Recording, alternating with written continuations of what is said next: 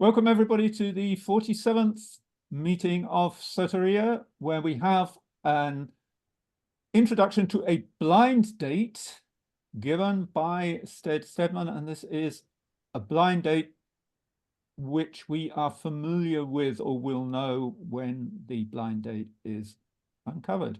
So with no further complicated introduction, I'll hand over to Sted.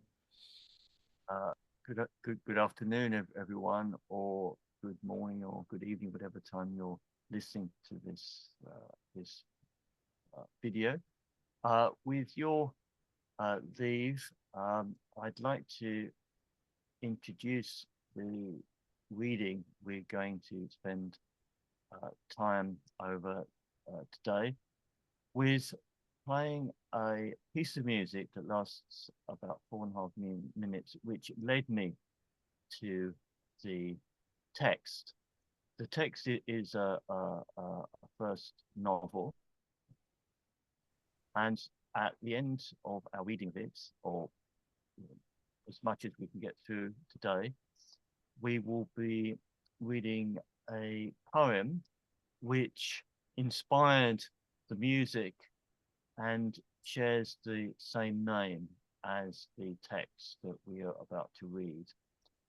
The music and the poem are related, and I don't know how the text is related. I think there must surely be some connection because the author wouldn't have named it thus. The name, which is common to all three, is oxymoronic, I think, in that it is a noun with an adjective that indicates something very contrary to what the noun suggests. With that, I would ask everyone to feast their imagination on this piece of music and follow wherever it leads. Let's see.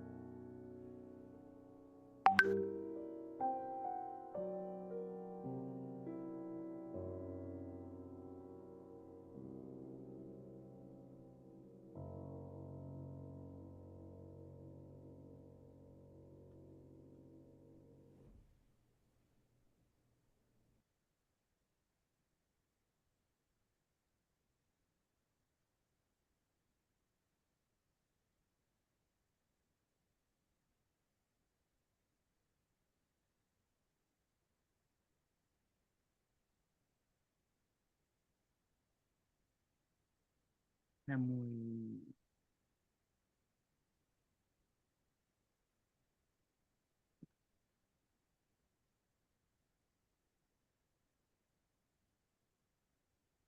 Can we all see the text?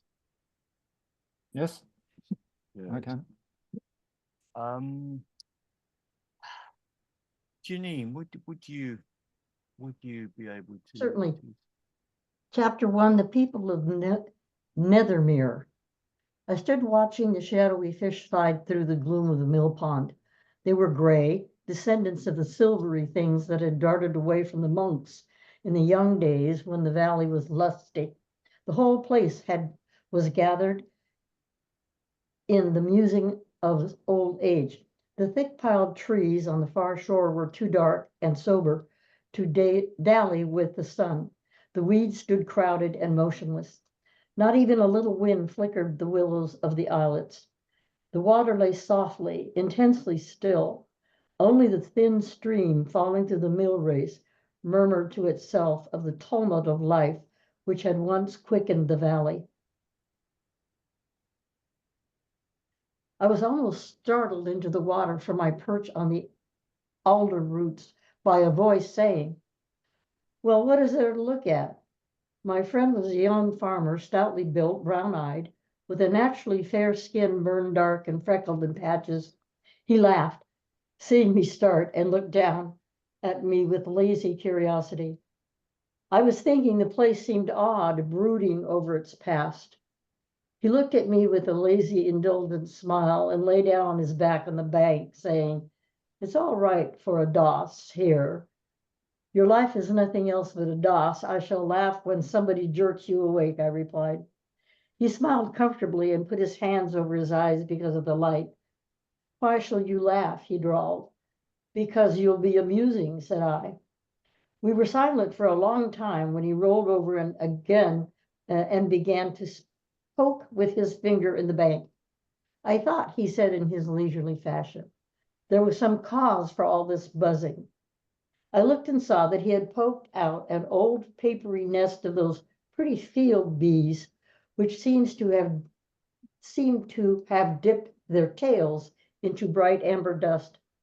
Some agitated insects ran around the cluster of eggs, most of which were empty now, the crowns gone. A few young bees staggered about in uncertain flight before they could gather power to wing away in a strong course. He watched the little ones that ran in and out among the shadows of the grass, hither and thither in consternation. Come here, he said, imprisoning one poor little bee under a glass stalk, while with another stalk he loosened the folded blue wings. "Don't tease the little beggar," I said. "It doesn't hurt him. I wanted to see if he was, because he couldn't spread his wings that he couldn't fly. There he goes. No, he doesn't. Let's try another." "Leave them alone," said I. "Let them run in the sun. They're only just out of the shells. Don't torment them into flight." He persisted, however, and broke the wing of the next. "Oh dear, pity," said he, and crushed the little thing between his fingers. Then he examined the eggs and pulled out some silk from around the dead larva and investigated it all in a desultory manner, asking me all I knew about the insects. When he had finished, he flung the clustered eggs into the water and rose, pulling out his watch from the depth of his breeches pocket. "I thought it was about dinner time," said he, smiling at me. "I always know when it's about trials. Are you coming in?" "I'm coming down at any rate," said I, as we passed along the pond bank and over the plank bridge that crossed the brow of the falling sluice. The bank side where the gray orchard twisted its trees was a steep declivity, long and sharp, dropping down to the garden. The stones of the large house were burdened with ivy and honeysuckle, and the great lilac bush that had once guarded the porch now almost blocked the doorway. We passed out of the front garden into the farmyard and walked along the brick path to the back door. "Shut the gate, will you?" he said to me over his shoulder as he passed on first. We went through the large scullery into the kitchen. The servant girl was just hurriedly snatching the tablecloth out of the table drawer, and his mother, A quaint little woman with big brown eyes was hovering round the wide fireplace with a fork. "Dinner not ready?" said he with a shade of resentment. "No, George," replied his mother apologetically, "it isn't. The fire wouldn't burn a bit. You shall have it in a few minutes, though." He dropped on the sofa and began to read a novel. I wanted to go, but his mother insisted on my staying. "Don't go," she pleaded. "Emily will be so glad if you stay, and father will, I'm sure. Sit down now." I sat down on a rush chair by the long window that looked out into the yard. As he was reading, and as it took all his mother's powers to watch the potatoes boil and the meat roast, I was left to my thoughts. George, indifferent to all claims, continued to read. It was very annoying to watch him pulling his brown mustache and reading indolently while the dog rubbed against his legging and against the knee of his old riding breeches. He would not even be at the trouble to play with Trip's ears. He was so content with his novel and his mustache. Round and round whirled his thick fingers, and the muscles of his bare arm moved slightly under the red-brown skin. The little square window above him filtered a green light from the foliage of the great horse chestnut outside, and the glimmer fell on his dark hair and trembled across the plates which Annie was reaching down from the rack, and across the face of the tall clock. The kitchen was very big. The table looked lonely, and the chairs mourned darkly the lost companionship of the sofa. The chimney was a black cavern away at the back, and the inglenook seats shut in another little compartment ruddy with firelight, where the mother hovered. It was rather a desolate kitchen, such a bare expanse of uneven gray flagstones, such far-away dark corners and somber furniture. The only gay things were the chintz coverings of the sofa and the armchair cushions, bright red in the bare, somber room. Some might smile at the old clock, adorned as it was with remarkable and vivid poultry. In me, it only provoked wonder and contemplation. In a little while, we heard the scraping of heavy boots outside, and the father entered. He was a big, burly farmer, with his half-bald head sprinkled with crisp little curls. "Hello, Cyril," he said cheerfully. "You've not forsaken us, then?" And turning to his son, "Have you many more rows in the coppice clothes?" "Finished," replied George, continuing to read. "That's all right. You've got on with them. The rabbits has bitten them turnips down, mother." "I expect so," replied his wife, whose soul was in the saucepans. At last she deemed the potatoes cooked and went out with the steaming pan. The dinner was set on the table, and the father began to carve. George looked over his book to survey the fare, then read until his plate was handed him. The maid sat at her little table near the window, and we began the meal. There came the treading of 4 feet along the brick path, and a little girl entered, followed by her grown-up sister. The child's long brown hair was tossed wildly back beneath her sailor hat. She flung aside this article of her attire and sat down to dinner, talking endlessly to her mother. The eldest sister, a girl of about 21, gave me a smile and a bright look from her brown eyes, and went to wash her hands. Then she came and sat down and looked disconsolately at the underdone beef on her plate. "I do hate this raw meat," she said. "Good for you," replied her brother, who was eating industriously. "Give me some muscle to wallop the nippers." She pushed it aside and began to eat the vegetables. Her brother recharged his plate and continued to eat. "Well, our George, I do think you might pass a body that gravy," said Molly, the younger sister, in injured tones. "Certainly," he replied. "Won't you have the joint as well?" "No," retorted the young lady of 12. "I don't expect you've done with it yet." "Clever," he exclaimed across a mouthful. Excuse me. "Do you think so?" said the eldest sister, Emily, sarcastically. "Yes," he replied complacently. "You've made her as sharp as yourself, I see, since you've had her in Standard 6. I'll try a potato, mother, if you can find one that's done."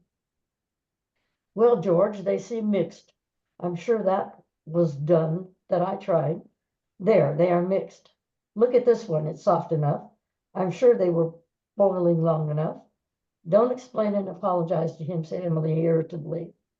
Perhaps the kids were too much for her this morning, he said calmly, to nobody in particular. No, chimed in Molly. She knocked a lad across his nose and made it bleed. Little wretch, said Emily, swallowing with difficulty. I'm glad I did. Some of my lads belong to the devil, suggested George, but she would not accept it from him. Her father sat laughing. Her mother, with distress in her eyes, looked at her daughter, who hung her head and made patterns on the tablecloth with her finger. Are they worse than the last lot? asked the mother, softly, fearfully. No, nothing extra, was the curt answer. She merely felt like bashing him, said George, calling as he looked at the sugar bowl and at his pudding. Fetch some more sugar, Annie. The maid rose from her little table in the corner, and the mother also hurried to the cupboard. Emily trifled with her dinner and said bitterly to him, I only wish you had a taste of teaching. It would cure your self-satisfaction. He replied contemptuously. I could easily bleed the noses of a handful of kids. You wouldn't sit there bleeding like a fatted calf, she continued. This speech so tickled Molly that she went off into a burst of laughter, much to the terror of her mother, who stood up trembling apprehension lest she should choke. You made a joke, Emily, he said, looking at his younger sister's contortions. Emily was too impatient to speak to him further and left the table. Soon the two men went back to the fallow to the turnips, and I walked along the path with the girls as they were going to school. He irritates me in everything he does and says, burst out Emily with much heat. He's a pig sometimes, said I. He is, she insisted. He irritates me past bearing. With his grand know-all ways and his heavy smartness, I can't bear it. And the way mother humbles herself to him, it makes you wild, said I. Wild, she echoed, her voice vibrating with nervous passion. We walked on in silence till she asked, have you ever brought me those verses of yours? No, I'm sorry. I've forgotten them again. As a matter of fact, I sent them away. But you promised me. You know what my promises are. I'm as irresponsible as a puff of wind. She frowned with impatience, and her disappointment was greater than necessary. When I left her at the corner of the lane, I felt a sting of her deep reproach in my mind. I always felt the reproach when she had gone. Thanks very much, Janine. Heward, would you be able to pick up the thread? I ran over the little bright brook that came from the weedy bottom pond. The stepping stones were white in the sun, and the water slid sleepily among them. One or two butterflies, indistinguishable against the blue sky, trifled from flower to flower and led me up the hill, across the field where the hot sunshine stood as in a bowl, and I was entering the caverns of the wood where the oaks bowed over and saved us a grateful shade. Within, everything was so still and cool that my steps hung heavily along the path. The bracken held out arms to me, and the bosom of the wood was full of sweetness as I journeyed on, spurred by the attacks of an army of flies which kept up a guerrilla warfare round my head till I had passed the black rhododendron bushes in the garden, where they left me, scenting, no doubt, Rebecca's pots of vinegar and sugar. The low red house, with its roof discoloured and sunken, dozed in sunlight and slept profoundly in the shade thrown by the massive maples encroaching from the wood. There was no one in the dining room, but I could hear the whir of a sewing machine coming from the little study, a sound as of some great vindictive insect buzzing about, now louder, now softer, now settling.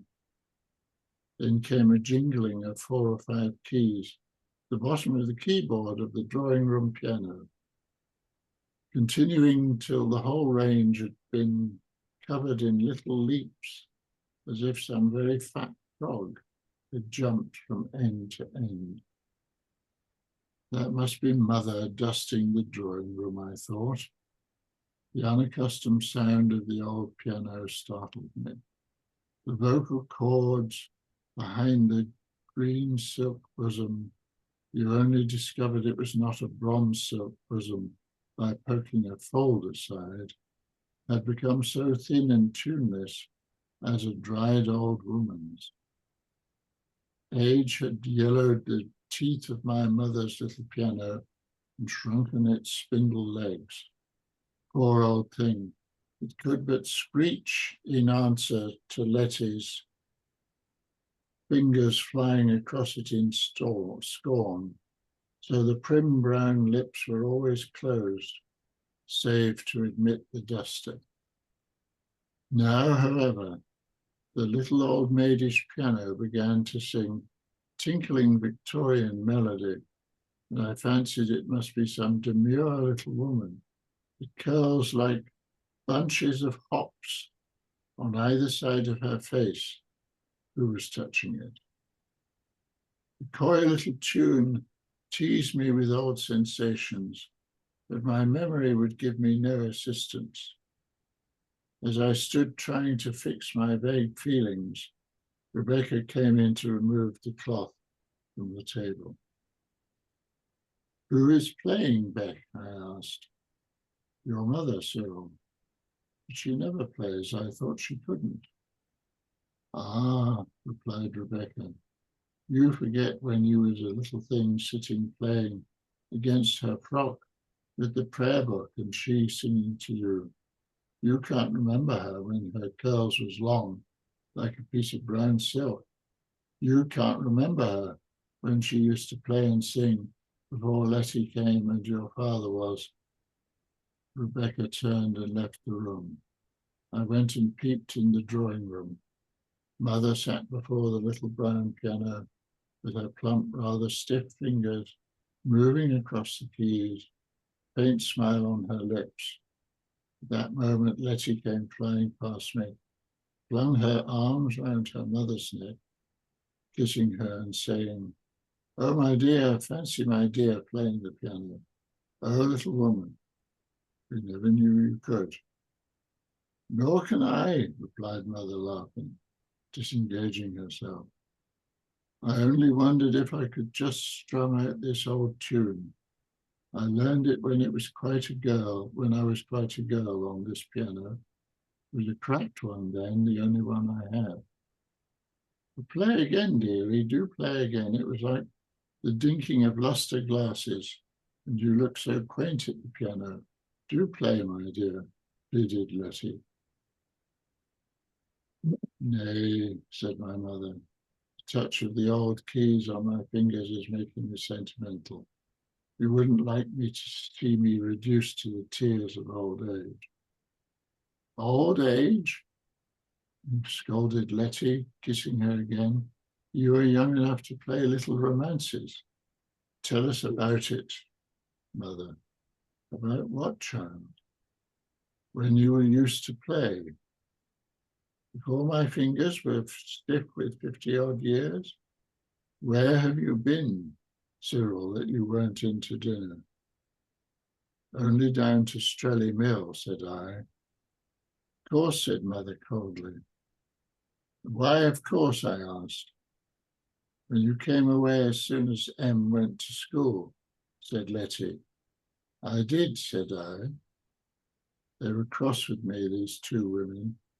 After I'd swallowed my little resentment, I said, "They would have me stay to dinner." My mother vouchsafed no reply. "And has the great George found a girl yet?" asked Letty. "No," I replied.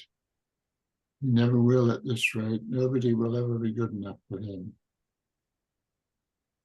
"I'm sure I don't know where you can find what you can find in any of them to take you there so much," said my mother. "Don't be so mean, Martha," I answered, nettled. You know I like them. I know you like her, said my mother sarcastically. As for him, he's an unlicked cub. What can you expect when his mother has spoiled him as she has? But I wonder you are so interested in licking him. My mother sniffed contemptuously. He is rather good looking, said Letty with a smile. You could make a man of him, I'm sure, I said, bowing satirically to her. I'm not interested, she replied, also satirical. Then she tossed her head, and all the fine hairs that were free from bonds made a mist of yellow light in the sun. What frock shall I wear, mater? She asked. Nay, don't ask me, replied her mother.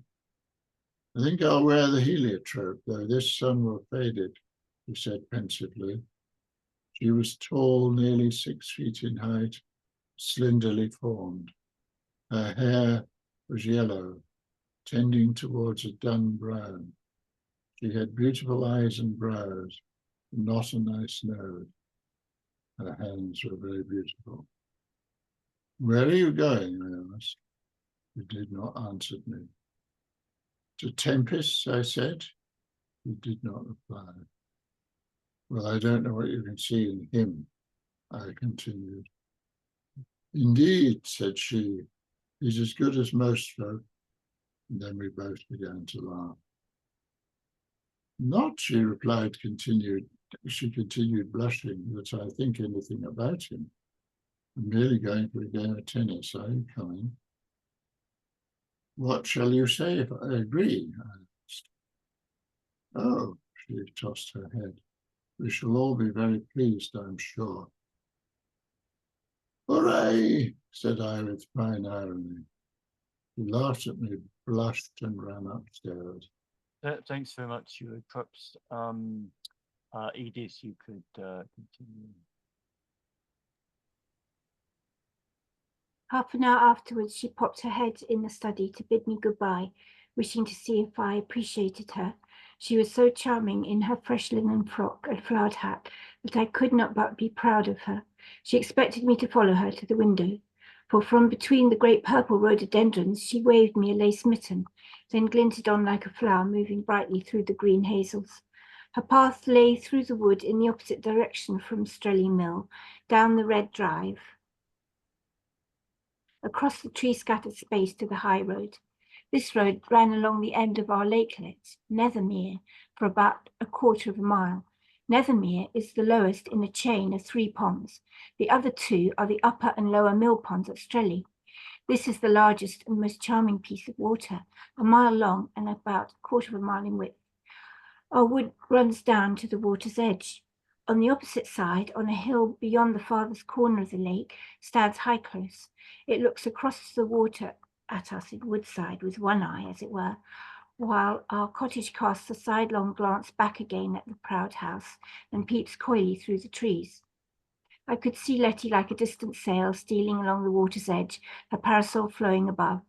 She turned through the wicket under the pine clump, climbed the steep field, and was enfolded again in the trees beside High Close. Leslie was sprawled on a camp chair under a copper beech on the lawn, his cigar glowing. He watched the ash grow strange and grey in the warm daylight, and he felt sorry for poor Nell Wycherley, whom he had driven that morning to the station. For would she not be frightfully cut up as the train followed her further and further away? These girls are so daft with a fellow. But she was a nice little thing. He'd get Marie to write to her. At this point, he caught sight of a parasol fluttering along the drive, and immediately he fell into a deep sleep, with just a tiny slit in his slumber to allow him to see Letty approach. She, finding her watchman ungallantly asleep and his cigar instead of his lamp untrimmed, broke off a twig of syringa whose ivory buds had not yet burst with luscious scent. I know not how the end of his nose tickled in anticipation before she tickled him in reality, but he kept bravely still until the petals swept him. Then, starting from his sleep, he exclaimed, "Letty, I was dreaming of kisses." "On the bridge of your nose," laughed she. "But whose were the kisses?" Who produced the sensation? He smiled. Since I only tapped your nose, you should dream of... Go on, said he expectantly. Of Dr. Slop, she replied, smiling to herself as she closed her parasol. I do not know the gentleman, he said, afraid that she was laughing at him. No, your nose is quite classic, she answered, giving him one of those brief, intimate glances with which women flatter men so cleverly. He radiated with pleasure.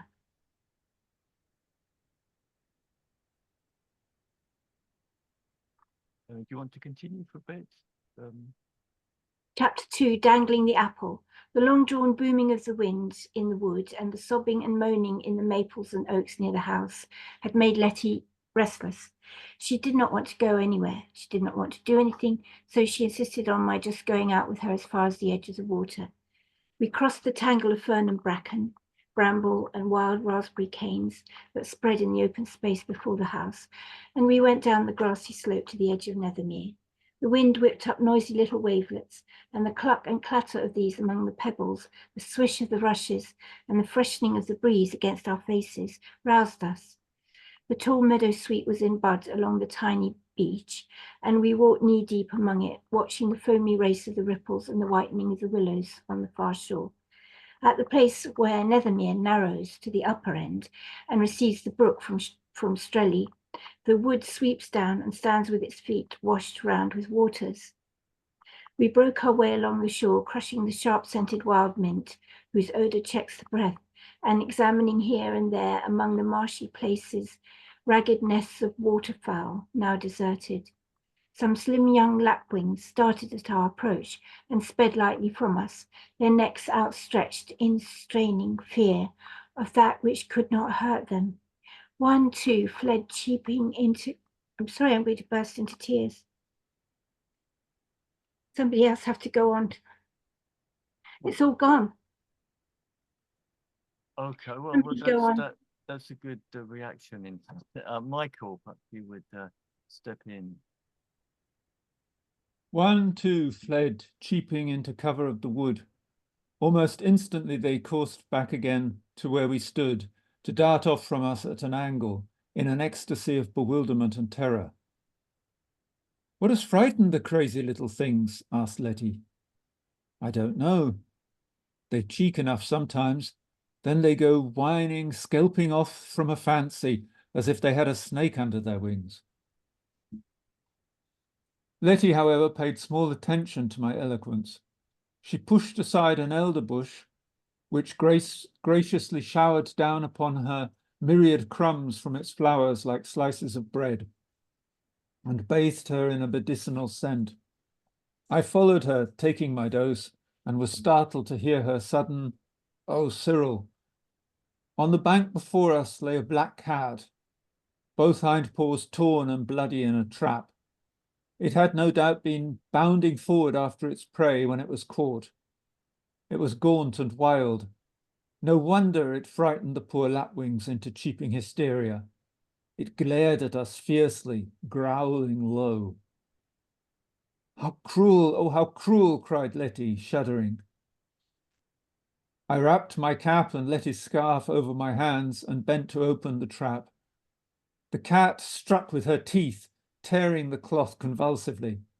When it was free, it sprang away with one bound and fell panting, watching us. I wrapped the creature in my jacket and picked her up, murmuring, "Poor Mrs. Nicky Ben, we always prophesied it of you." "What will you do with it?" asked Letty. "It is one of the Strelly mill cats," said I, "and so I'll take her home." The poor animal moved and murmured, and I carried her, but we brought her home. They stared on seeing me enter the kitchen coatless, carrying a strange bundle, while Letty followed me. "I have brought poor Mrs. Nicky Ben," said I, unfolding my burden. "Oh, what a shame," cried Emily, putting out her hand to touch the cat, but drawing quickly back, like the peewits. "This is how they all go," said the mother. "I wish keepers had to set 2 or 3 days with their bare ankles in a trap," said Molly in vindictive tones. We laid the poor brute on the rug and gave it warm milk.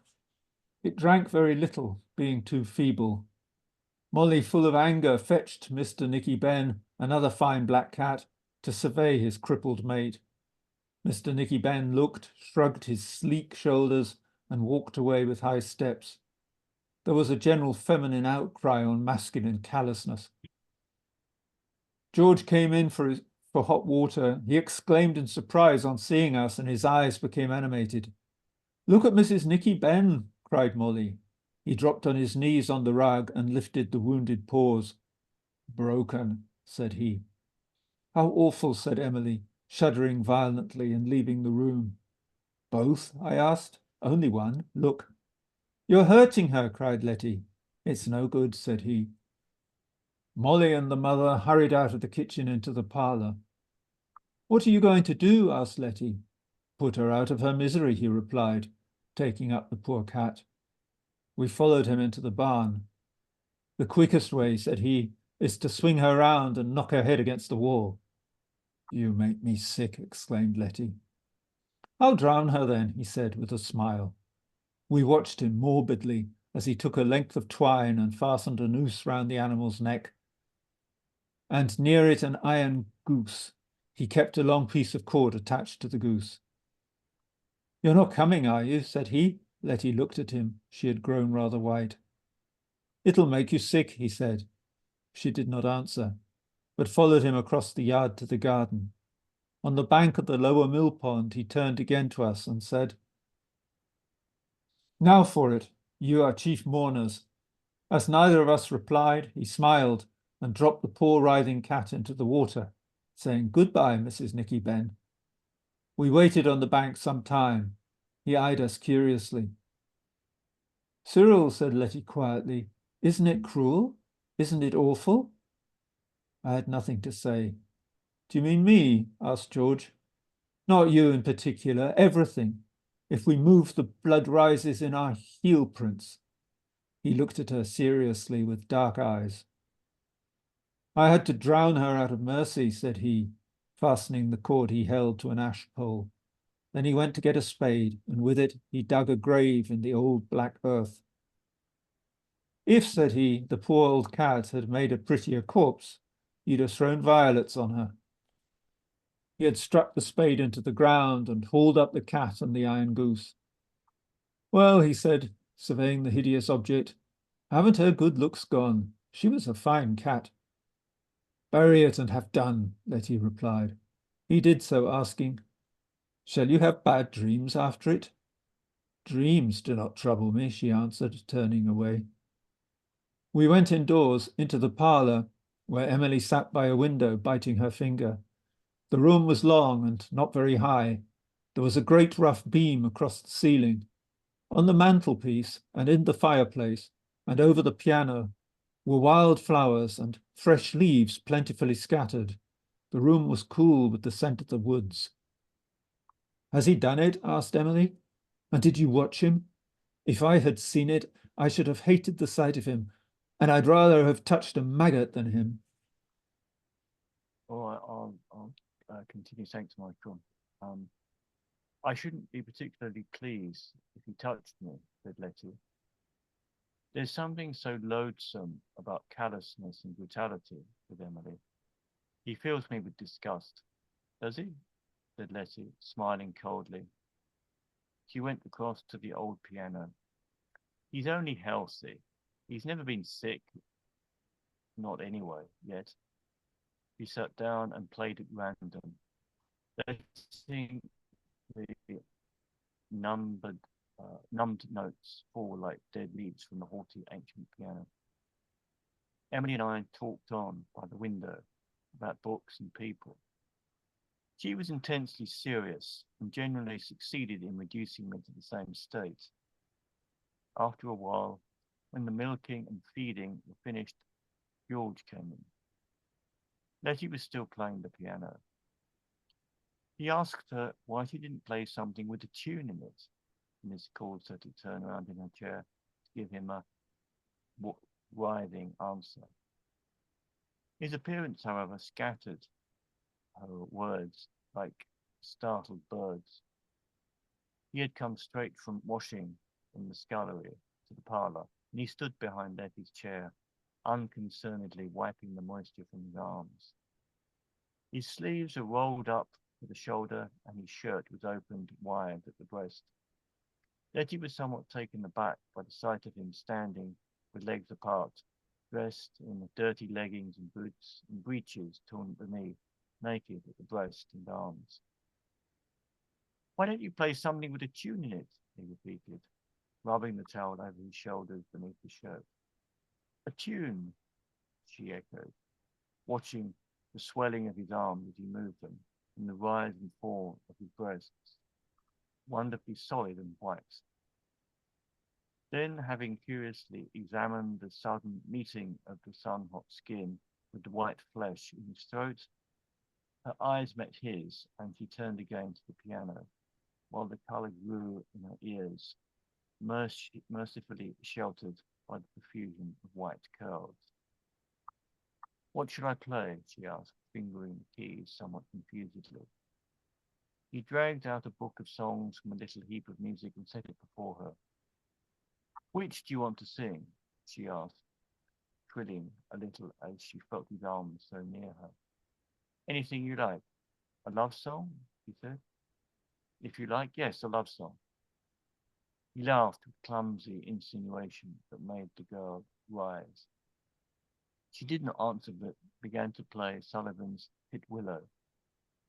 He had a passable bass voice, not of any great depth, and he sang with gusto. Then she gave him "Drink to me only with thine eyes." At the end she turned and asked him if he liked the words. He replied that he thought them rather daft, but he looked at her with glowing brown eyes, as if in hesitating challenge. "That's because you have no wine in your eyes to pledge with," she replied, answering his challenge with a blue blaze of her eyes. Then her eyelashes dropped onto her cheek. He laughed with a faint ring of consciousness and asked her how she could know.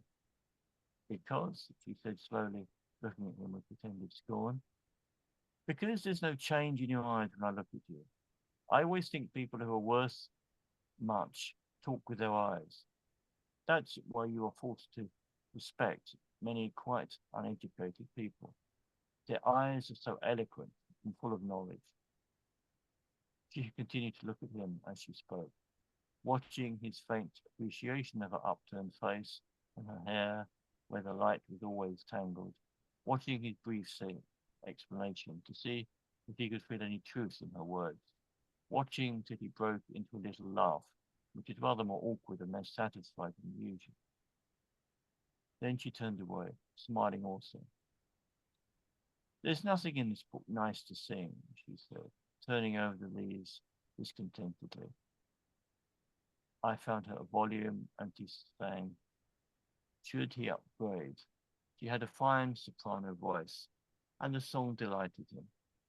He moved closer to her, and when at the finish she looked round with a flashing, mischievous air, she found him pledging her with wonderful eyes. "You like that?" said she, with the air of superior knowledge, as if, dear me, all one had to do was to turn over to the right page the vast volume of one's soul to suit these people. "I do," he answered emphatically, thus acknowledging her triumph.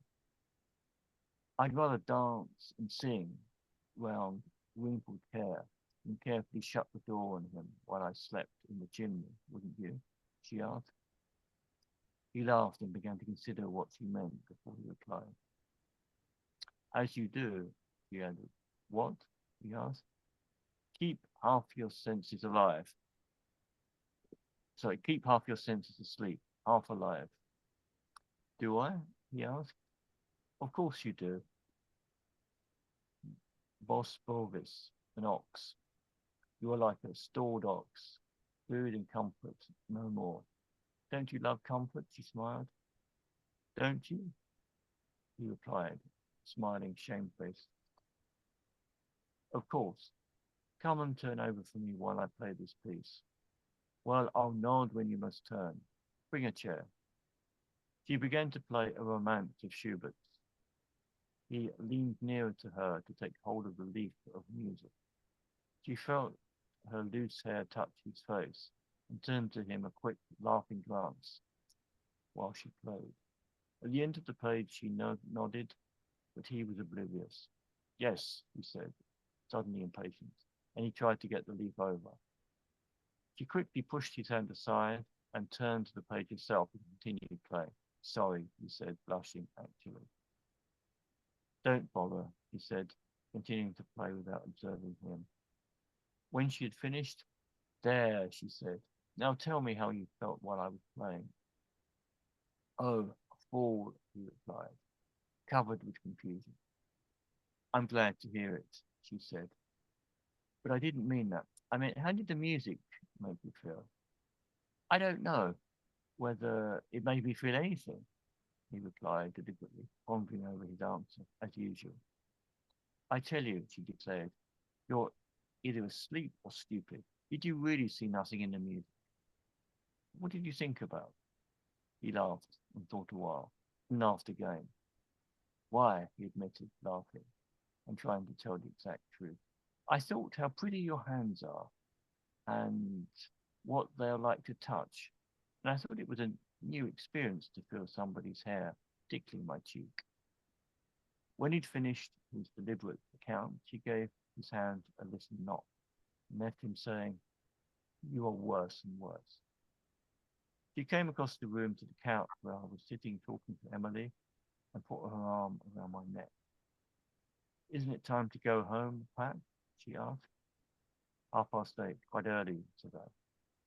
But I think I ought to be home now, she said. Don't go, she said. Why? I asked. Stay to supper, urged Emily. I believe, she hesitated. She has another fish to fry, I said. I'm not sure, she hesitated again. Then she flashed into sudden wrath, exclaiming, don't be so mean, a nasty Cyril.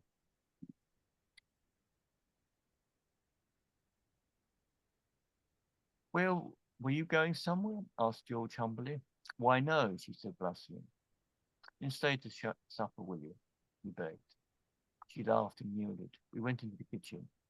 Mr. Saxton was sitting reading. Trip, the big bull terrier, lay at his feet pretending to sleep. Mr. Nicky Ben reposed calmly on the sofa. Mrs. Saxton and Molly were just going to bed. We bade them good night and sat down. Annie, the servant, had gone home, so Emily prepared the supper. Nobody can touch that piano like you, said Mr. Saxton to Letty, beaming upon her with admiration and deference. He was proud of the stately, mumbling old thing, and used to say that it was full of music for those that liked to ask for it. Letty laughed and said that so few folks ever tried it, that her honour was not great. What do you think of our George's singing? Asked the father proudly, but with a deprecating laugh at the end. I tell him when he's in love, he'll sing quite well, she said. When he's in love, echoed the father, laughing aloud, very pleased. Yes, he said, when he finds out something he wants and can't have. George thought about it and laughed also. Emily, who was laying the table, said, there is hardly any water in the pippin, George. Oh, dash, she exclaimed. I've taken my boots off. It's not a very big job to put them on again, said his sister. Why couldn't Annie fetch it? What's she here for? He said angrily. Emily looked at us, tossing her head and turned her back on him.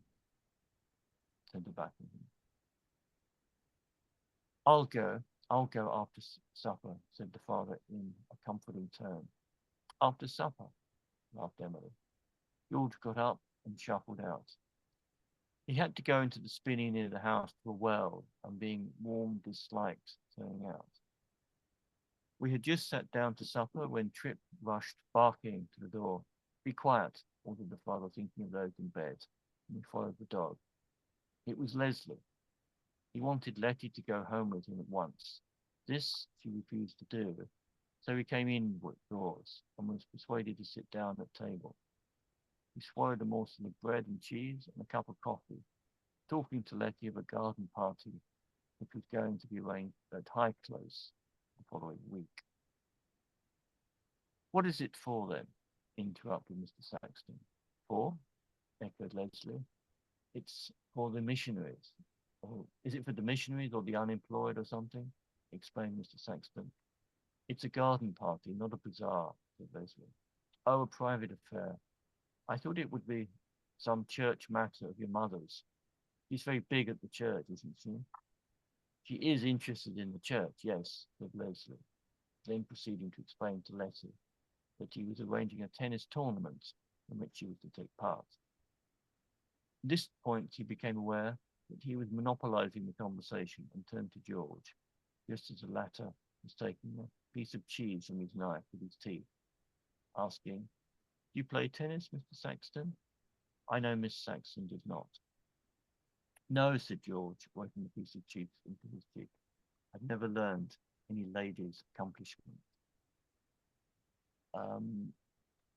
Let's go to the end of the next chapter, I think. Janine, would you take it up again, please?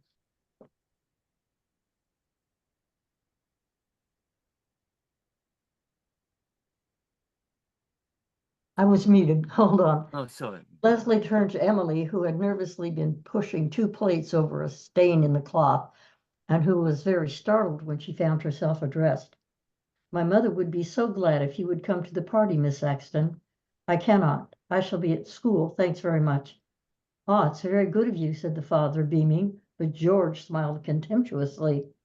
When supper was over, Leslie looked at Letty to inform her that he was ready to go. She, however, refused to see his look, but talked brightly to Mr. Saxton, who was delighted. George, flattered, joined in the talk with gusto. Then Leslie's angry silence began to tell on us all. After a dull lapse, George lifted his head and said to his father, "Oh, I shouldn't be surprised if that little red heifer calved tonight." Letty's eyes flashed with a sparkle of amusement at his thrust. "No," assented the father. "I thought so myself." After a moment's silence, George continued deliberately, "I felt her gristles." "George," said Emily sharply. "We will go," said Leslie. George looked up sideways at Letty, and his black eyes were full of sardonic mischief. "Let me shawl, will you? Oh, lend me a shawl, will you, Emily?" said Letty. "I brought nothing, and I think the wind is cold." Emily, however, regretted that she had no shawl, and so Letty must needs wear a black coat over her summer dress. It fitted so absurdly that we all laughed, but Leslie was very angry that she should appear ludicrous before them. He showed her all the polite attentions possible, fastened the neck of her coat with his pearl scarf pin, refusing the pin Emily discovered after some search. Then we sallied forth. When we were outside, he offered Letty his arm with an air of injured dignity. She refused it, and he began to remonstrate. "I consider you ought to have been home as you promised." "Pardon me," she replied, "but I did not promise." "But you knew I was coming," said he. "Well, you found me," she retorted. "Yes," he assented, "I did find you flirting with a common fellow," he sneered. "Well," she returned, "he did, it is true, call a heifer, and I should think you liked it," he said. "I didn't mind," she said with galling negligence. "I thought your taste was more refined," he replied sarcastically, "but I suppose you thought it romantic." "Very ruddy, dark, and really thrilling eyes," said she. "I hate to hear a girl talk rot," said Leslie. He himself had crisp hair of the ginger class. "But I mean it," she insisted, aggravating his anger. Leslie was angry. "I'm glad he amuses you." "Of course, I'm not hard to please," she said pointedly. He was stung to the quick. "Then there's some comfort in knowing I don't please you," he said coldly. "Oh, but you do. You amuse me also," she said. After that, he would not speak, preferring, I suppose, not to amuse her. Leslie took my arm and with her disengaged hand held her skirts above the wet grass. When he had left us at the end of the riding in the wood, Letty said, "What an infant he is." "A bit of an ass," I admitted. "But really," she said, "he's more agreeable on the whole than Then my Taurus, your bull, I repeated, laughing.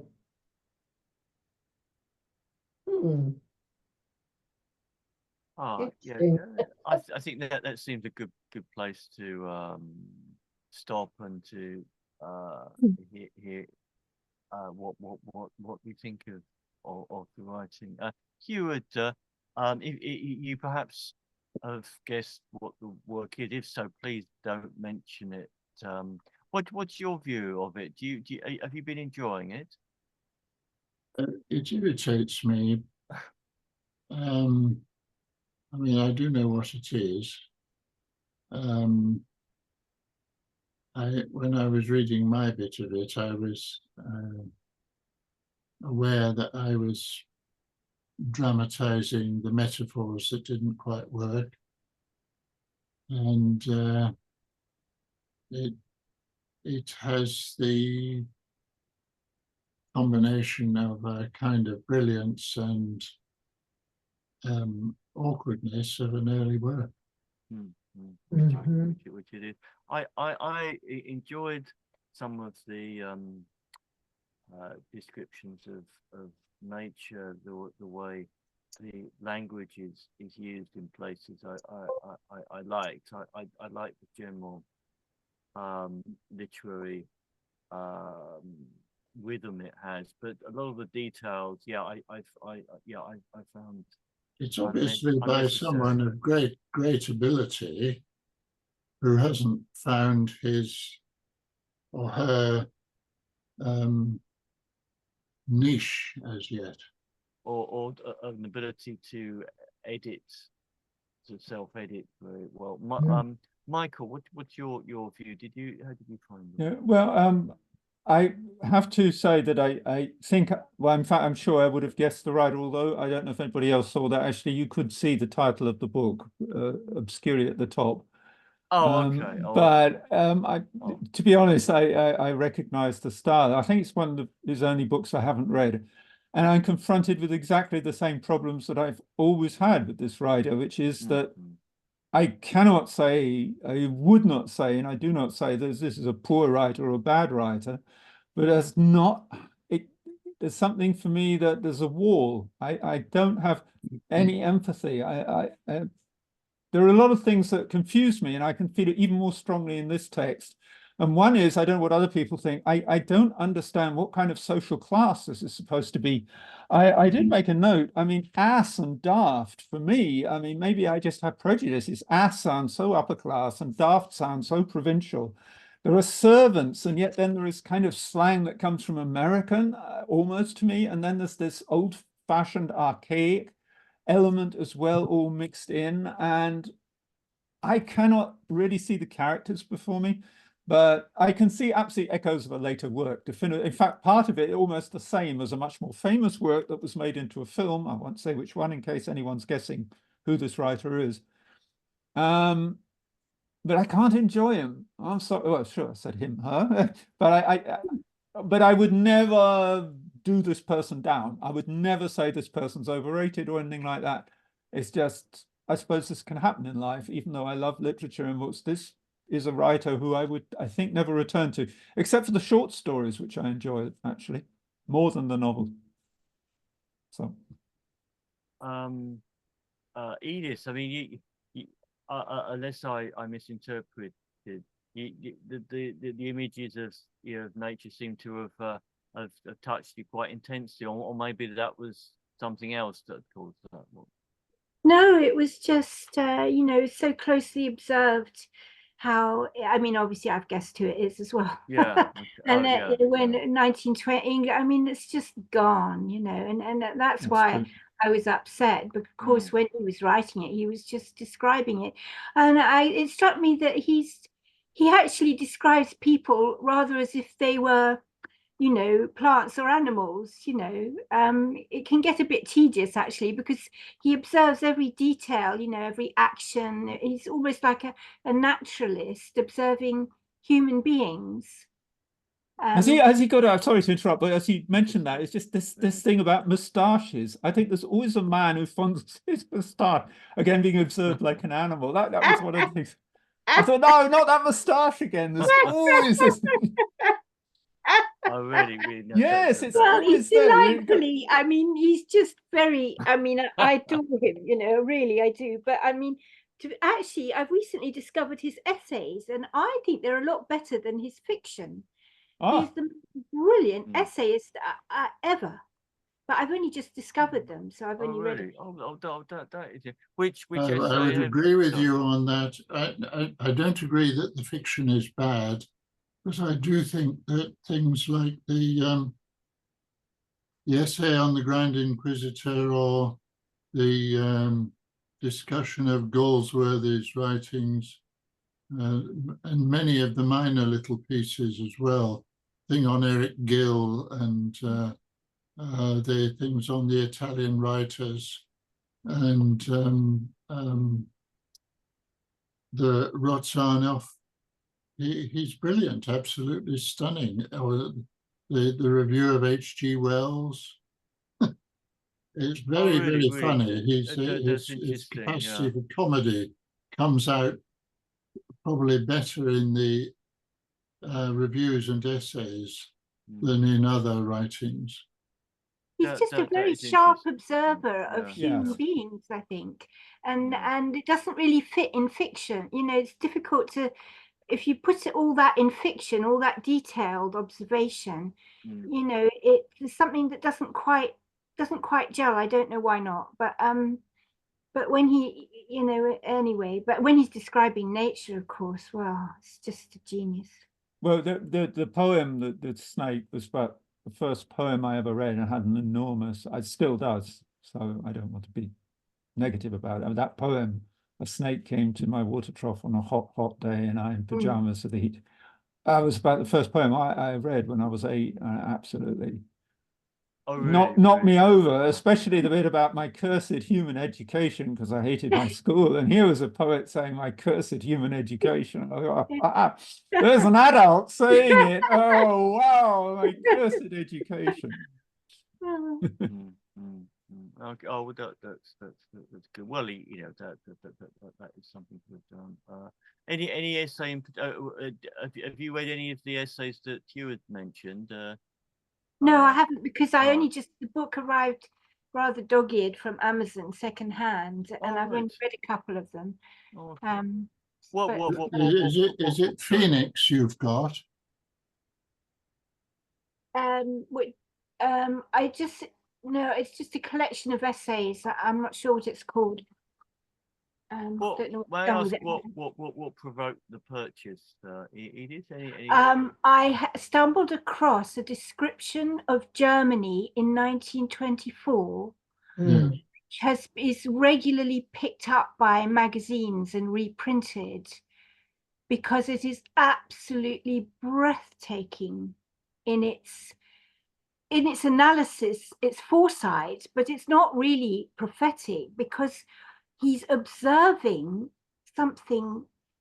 He's quite extraordinary, but again, it's like he's David Attenborough observing wildlife, but he's observing a human society, and he spots everything. I mean, I can't describe it, but it's quite a short essay.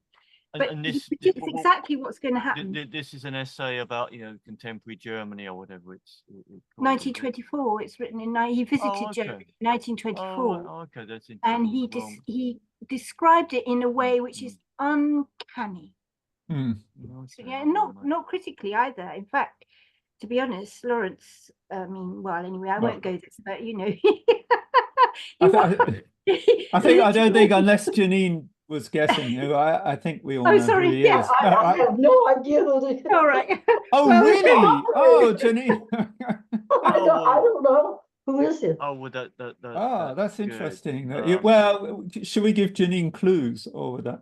Yes, I mean, I You obviously can give me clues all day long. I don't think I'm going to recognize who this is. A very famous film with Oliver Reed and Glenda Jackson was made from one of his books. Barry Lyndon. No. Oh, I mean the only reason not to reveal the author or beforehand is that one would like to think One's one judgment, yeah. can, what one can judge something better than I was- without preconceived ideas. So that it's not like a game for the sake of it. No, but, one would but like perhaps to we should think ask it's- Janine what she thought of it in that case. Yeah, because exactly, I yeah. was gonna say, as I was listening to it, I was taking notes, well, because that's what I do. And technically, in terms of the style, it is like the piece of music that you played. Oh, really? That There is is- Now Yeah, that's yeah, interesting because the that piece of is music interesting. absolutely I have no relation to either. So that's quite Well, interesting. So I don't know, see, But when you Michael, first you started said playing, you couldn't see any connection. Is that what you're saying? Or you No, just well, didn't no, respond no. to What it? I was saying was I have no emotional reaction to the music at all. Okay, It would mean nothing to me. well, If I think- I do find it slightly unpleasant. So if I had to listen to that for half an hour, I would say, please stop or I'm going. I could It not is listen to that very, for more than half an hour without wanting to, 5 minutes is okay, but Yeah. I We quite, talk a little bit about the music because but I don't see the connection. I was I didn't know what it was, but I assumed it was from what one might call the post-Wagnerian impressionist phase. Yes, Debussy, Ravel, Yes. Satie, one of those, yeah. Delius, and so that's what I on. thought. And The that music- is the same, in effect, the same ethos as the early novels of this novelist, Yeah, who is indeed. writing in that vein with a very strong impressionistic element to it. And of course, I'm probably giving something away here, but of course, there's a very famous essay by him writing about Cézanne's apples, where he's absolutely brilliant in his way that he evokes the life that Cézanne manages to get into those apples. This is his late writing, but it is, I think it's called Introduction to These Paintings. It's a masterpiece, absolute masterpiece.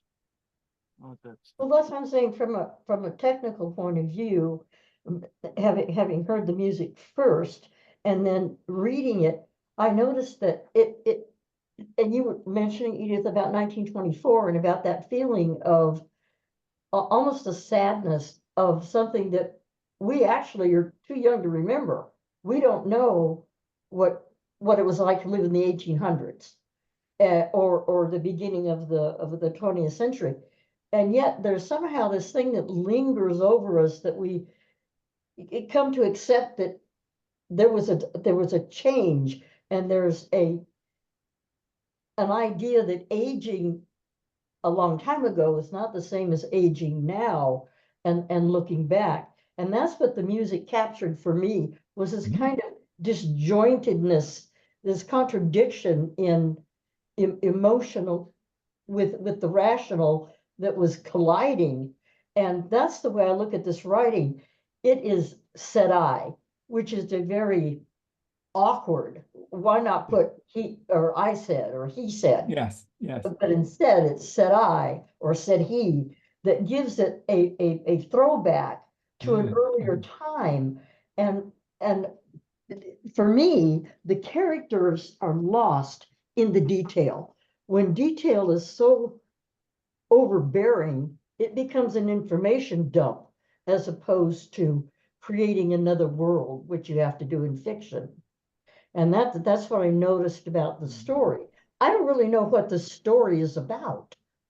And that to me is irritating, because I can't wrap my head around what is the point of this? What are you getting at?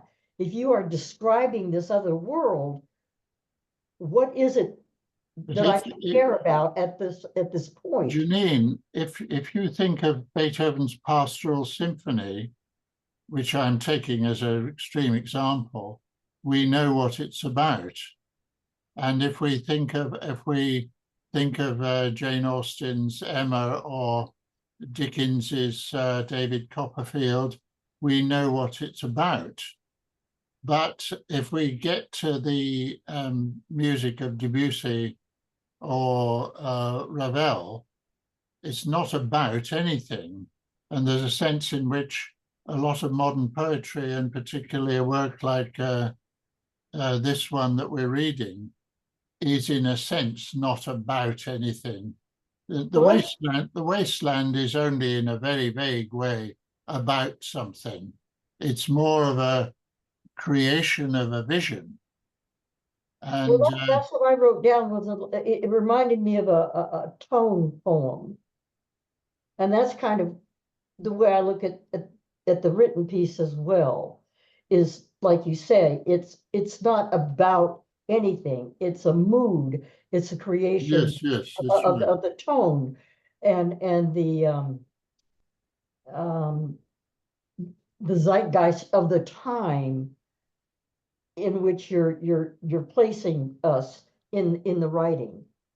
And that's fine. I mean, I don't have anything against tone poems or, you know, enjoyment of just sounds. But by comparison with that music, the tone poems of Richard Strauss are a throwback because they are about something. You think of Till Eulenspiegel or Tod und Verklärung, and it's about something. The music has a direction and a function and a purpose. Whereas this is like Monet's Water Lilies, this piece of music. This strikes me as being about a sector of the community living in a particular part of the country. That's how I'm reading it, and he's presenting various interactions, details about how they live to describe them. You know, we've only started the novel, so I don't know what happens. Yeah. Well, I agree with I suppose Michael, I just take it like of... that.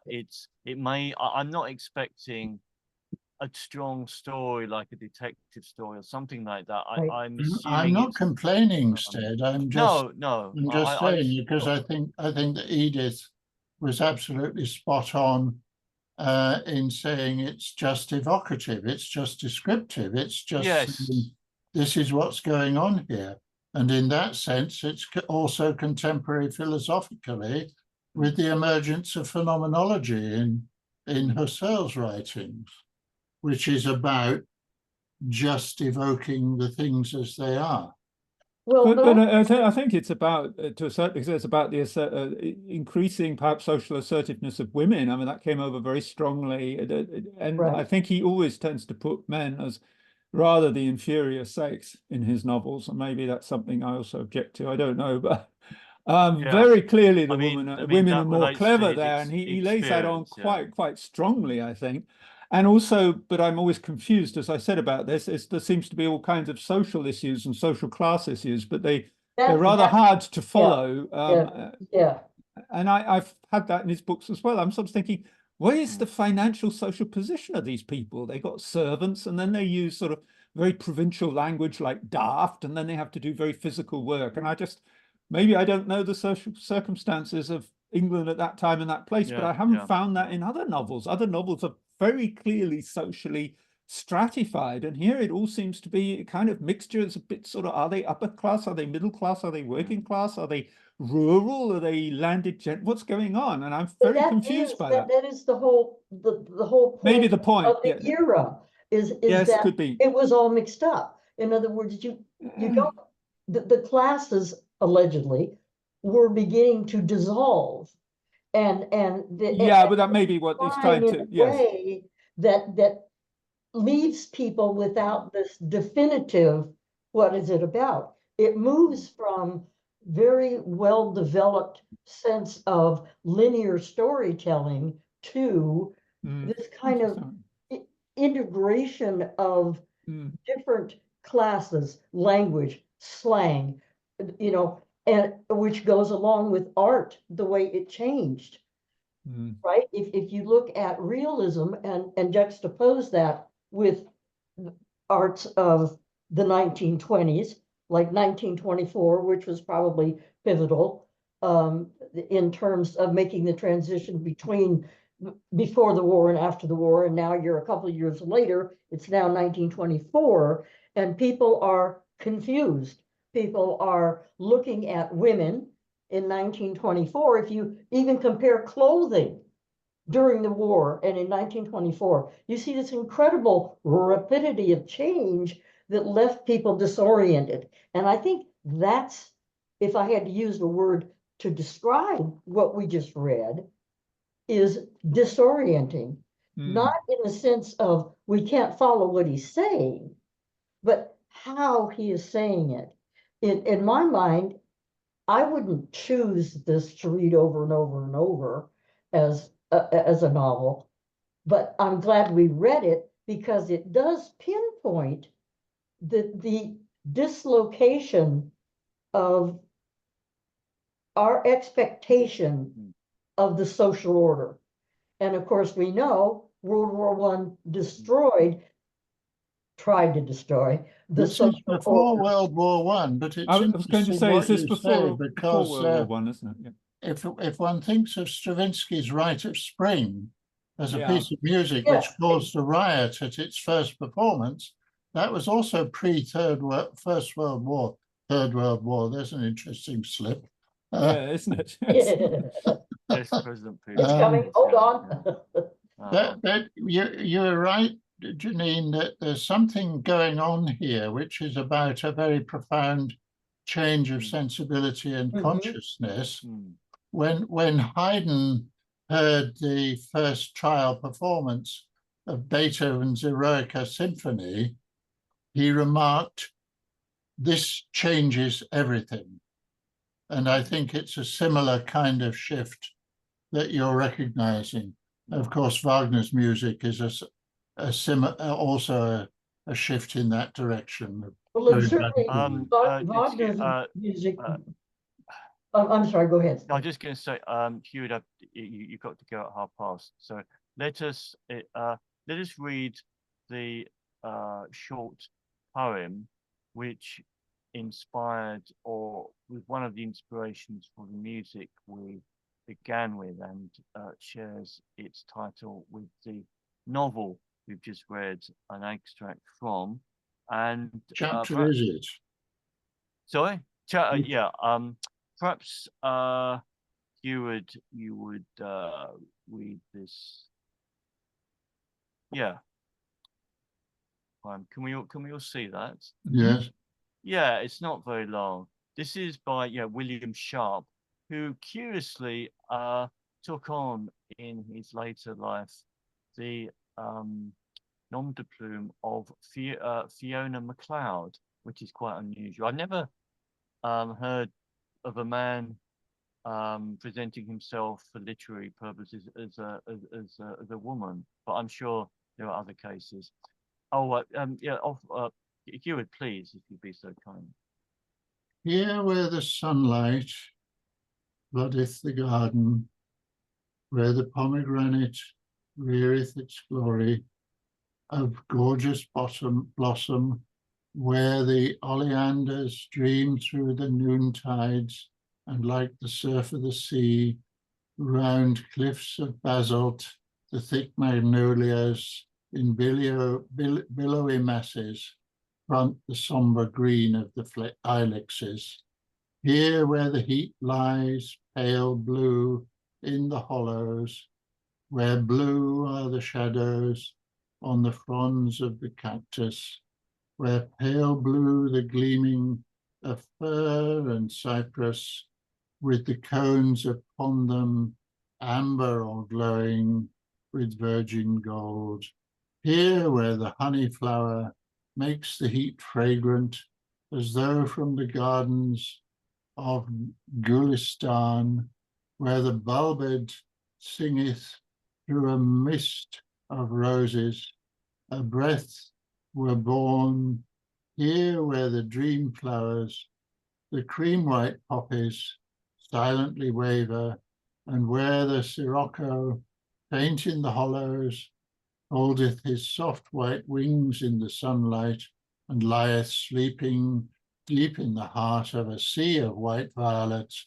Here as the breath, as the soul of this beauty, moveth in silence and dreamlike and slowly, white as a snowdrift in mountain valleys, when softly upon it the god-life lingers, white as the foam of the sea that is driven o'er billows of azure agleam with sun yellow, cream white and soft as the breast of a girl, moves the white peacock, as though through the noontide a dream of the moonlight were real for a moment, dim on the beautiful fan that he spreadeth, holdeth and spreadeth abroad in the sunlight, dim on the cream white are blue adumbrations, shadows so pale in their delicate blueness, that visions they seem as of vanishing violets, the fragrant white violets,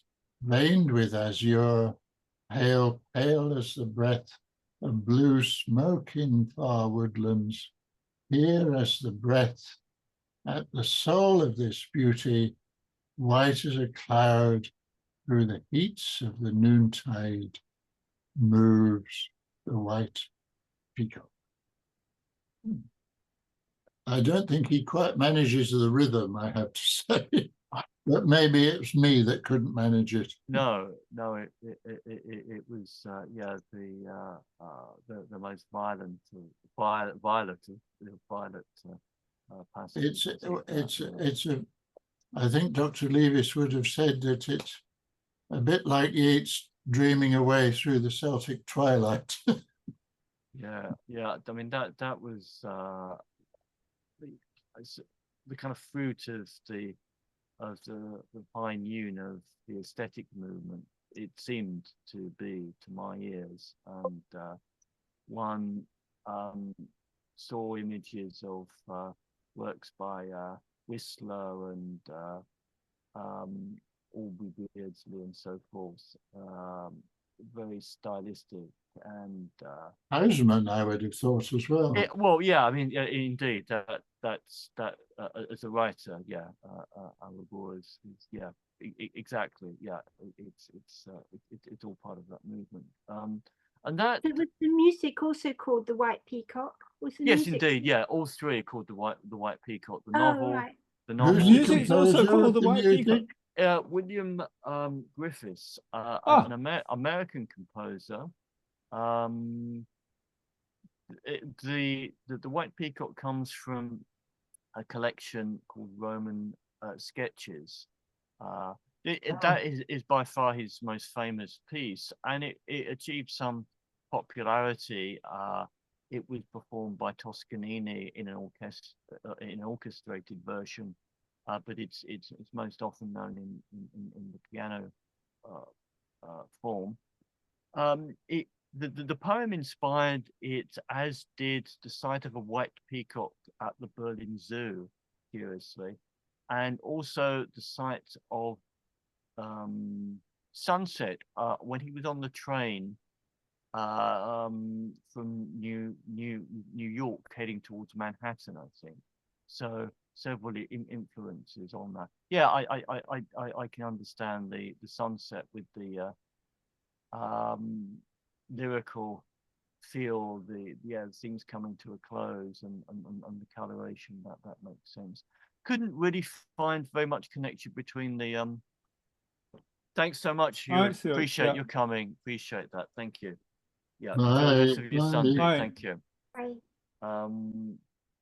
Yeah, I couldn't really find much connection between the music and the poem, which both are connected, and the writing, but maybe it would become evident throughout. I don't know. Well, maybe a lack of a storyline, or a weak storyline, or a not obvious storyline might be. But there's a kind of ecstasy of the exquisite in both, isn't there? Yeah. Well, close observation, yes. Yeah, but it's interesting because in music, I can't start with that. I can't end with that. It does nothing to me. But yeah. The poem is fun, and I don't, I can enjoy that and read it again, and but I see at the same time that there's a similarity. I quite understand. Yeah. Oh, sorry, similarity between the Well, poem yes, the poem and the writing. music, because Oh, it the poem seems and to the me, music. Yeah, well, yeah. Hewitt said no rhythm. I wanted to actually say, yes, well, isn't that the point of the music as well? There's no rhythm. I can't hear Right. any melody. It's just Right, this no, and no. that and this, And I don't think it was a mistake. I don't think it's the way he read it. I think there's you could try again with that poem, but it doesn't seem to have an obvious rhythm to me. But the poem I quite enjoyed, whereas the music, Did Yeah, you find in the music, and this is what I noticed in it when I was listening to it, there would be a couple of bars, and then I had the expectation that it would go into yes. something else, that there would be a melody to follow, but there wouldn't be. And it was it was real interesting to me, because every time I got to a point where I think, okay, well, now we're going to start this melody, sort of like, oh, Rhapsody in Blue, where you hear this kind of modern music, and then it goes into this incredible United Flight theme song that is just like a rhapsody. And I'm wondering, is that the way the book was written as well? That the writer goes along in this kind of a disjointed way, and then somehow your expectation is defeated, because your expectation is that X, Y, and Z is going to follow, and it doesn't. No, I don't think so. I mean, that piece So of you music. two, Esther and Edith, you've read it, have you? The White Peacock. No, I've not read any more than I've read today. Oh, really? Oh, No, sorry. no, None of no. us have. Oh. No, I I think it's not disagree one of with. his best, is it? But I mean, I just, some I of it just, was so like Women in Love. Sorry, yeah. I just would like to disagree with Janine. I mean, I'm very familiar with music of that period, and yeah, I mean, I could almost, I can remember the melody of that, of the piece we played fairly well, and it struck me. It's one just has to be familiar with that genre of work. Really? But, I mean, I don't want to. I don't want to be. Yeah, well, could you reproduce the melody now? yeah, I'm not a singer, but when I heard it many years ago, probably about 30 years ago, last century, it's stuck in my mind very much, and it's been something that I. But you can hum it in the morning or something, you mean? It's not exactly toe tapping music. Yeah. I mean, it has a It has a jazz I quality mean, to it. it's not a thing you can easily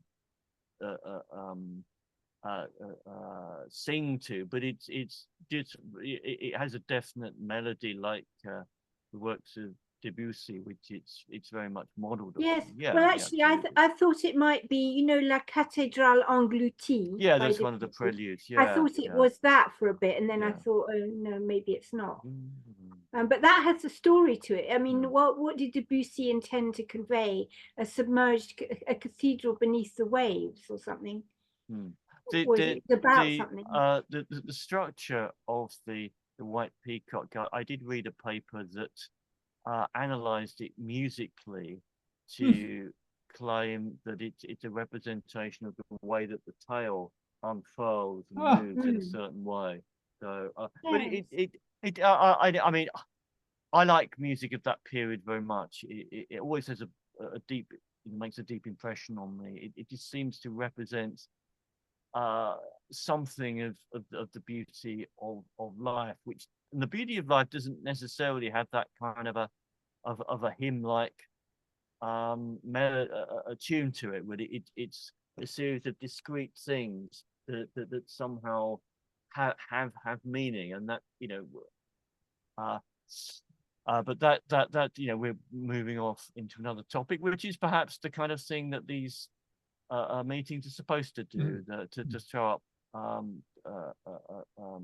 issues. I would say about the novel, Michael Sangster, whose piece we read last time, the art piece, he says it's his favorite of D.H. Lawrence's works, curiously so.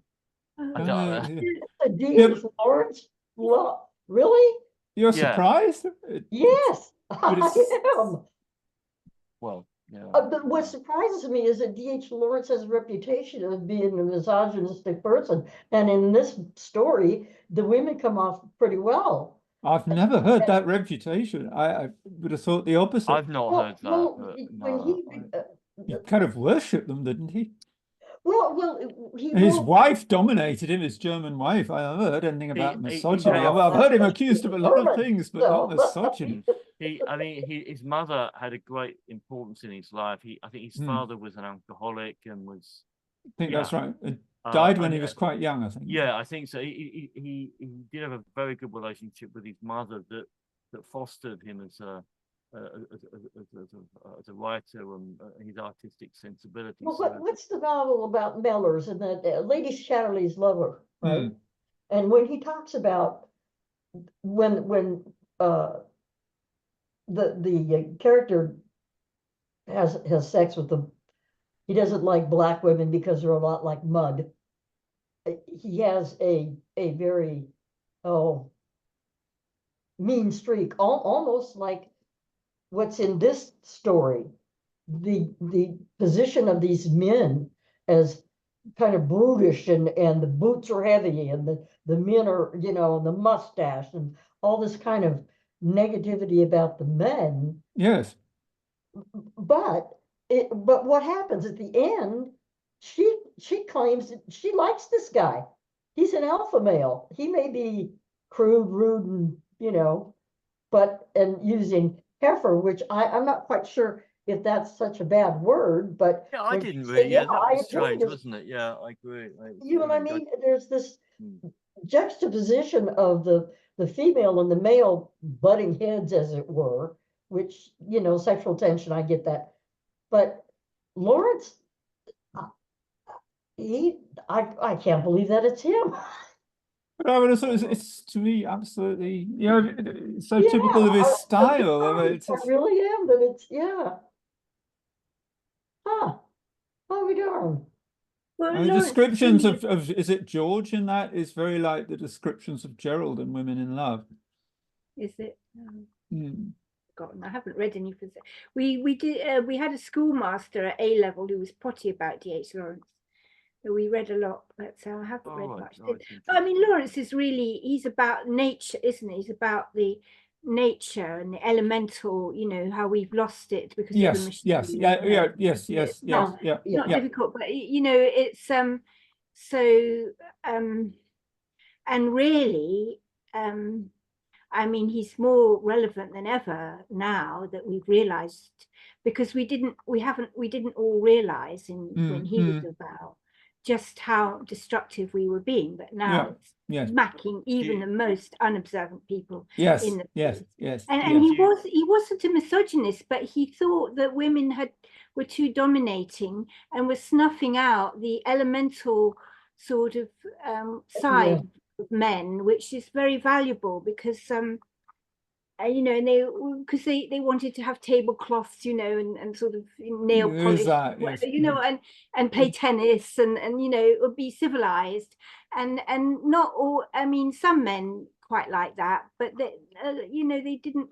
You don't want to generalize, but anyway, whatever. But I do you think think Lawrence that is why he includes the details about the cat having to be killed to say that we need to yes, you know, this is yeah, the that's an unpleasant interesting side of life. point. We've got to deal with that, you know.